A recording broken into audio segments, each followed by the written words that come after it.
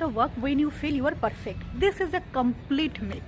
কেউ কখনো পারফেকশন দিয়ে কাজ শুরু করে না। আমি আমার জীবন দিয়ে শিখেছি, যতবার আমি ভেবেছি যে আমি পারফেক্ট কাজ করতে শিখবো আর তারপর আমি সেই কাজটাতে আসবো, ইট ওয়াজ অলওয়েজ এ ফেলিয়ার।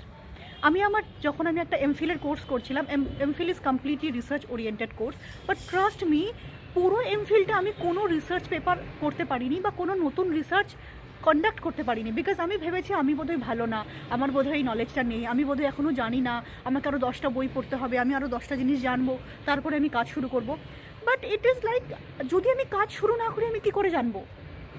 আর এই ভয়ে পারফেকশন আনার জন্য, আর পারফেকশন আনার পরে শুরু করব, এই ভেবে ভেবে আমার একটা বছর চলে গেছে। না আমি ডিজার্টেশনটা ঠিকঠাক করতে পেরেছি, না আমার ডিজার্টেশনের কাজটা পাবলিশ হয়েছে, না তারপরে, না ডিউরিং দ্যাট টাইম।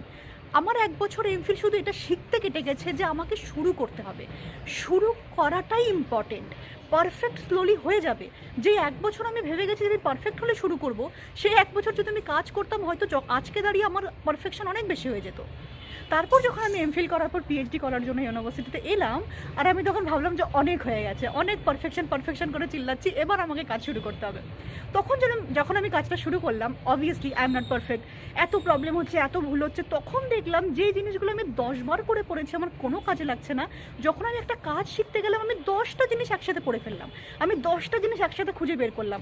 আমার হয়তো মেমোরিতে নেই, but I know that which book will help me two refer this methodology or the research. So always start with early. যখন তোমার মনে হবে তখনই শুরু করো। পারফেকশন স্লোলি আসবে, পারফেকশন কখনো একবারে আসে না। তুমি শুরু করে দাও। যে 1 বছর তুমি ভেবে ভেবে কাটাবে যে পারফেক্ট হবো, সে 1 বছর পর তুমি পারফেক্টেরও ওপর লেভেল চলে যাবে। But you have to start early. Always you have to start early. Don't wait for the perfection.